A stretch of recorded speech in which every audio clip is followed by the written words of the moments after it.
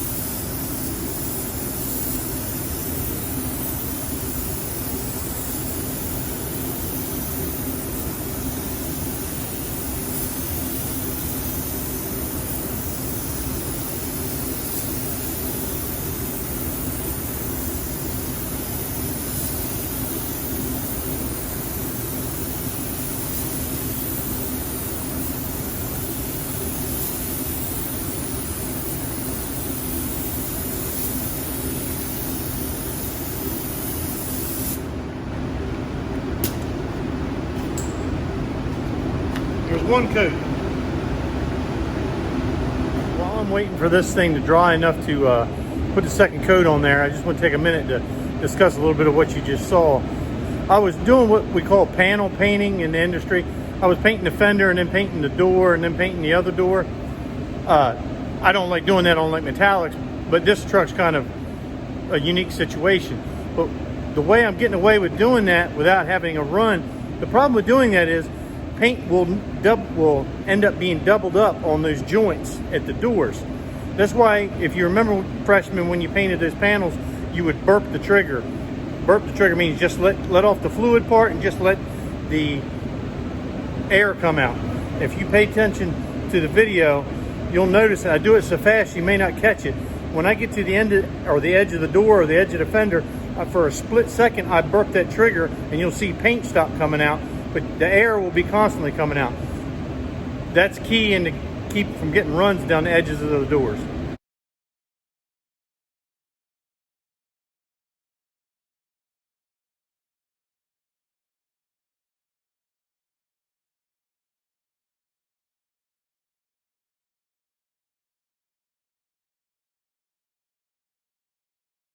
Alrighty. I think it looks pretty good.